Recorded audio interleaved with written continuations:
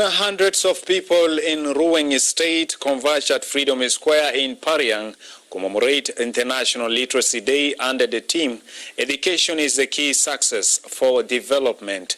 Addressing the gathering, Governor Mayol Kurakwei called on the people of Ruweng State to focus on education as a key to development.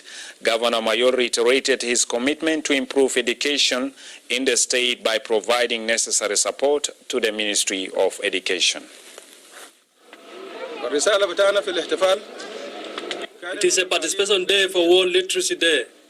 Our message in this day, education for all. You can learn at any age. You can study from class, or anywhere. It is our message that education can change our life. Today, when we join the rest of the world in celebration of the 50th anniversary of the World International Literacy Day, we join our voices with those who fight against literacy, and we also follow the full step of our able President, General Salva Kiir, who declared a war against illiteracy in September of 2012. And because we celebrated this last week officially, internationally, we had to take a campaign today, and through the leadership of our Comrade Governor, we had to lead our state outside, and we took a walk of rally. احتفلت ولاية روينغ باليوم العالمي لمحو الأمية بحاضرة الولاية باريانغ تحت الشعار التعليم مفتاح النجاة.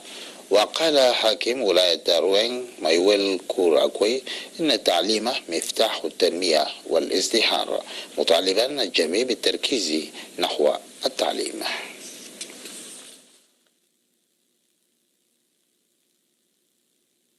الرسالة بتاعنا في الاحتفال كان إنه تعليم للجميع، إنه تعليم للصغار، للكبار، للإناث، للذكور. ممكن نتعلم في أي محل، نتعلم في الفصل، في الشجرة، في بيتك. تعليم للجميع، للطالب الرسمي، لزول لابس كاكي، لعجوز، ولكل زول. ده كان رسالة بتاعنا إنه تعليم برضو بيغير حياتنا. دعا حاكم ولاية دوبريا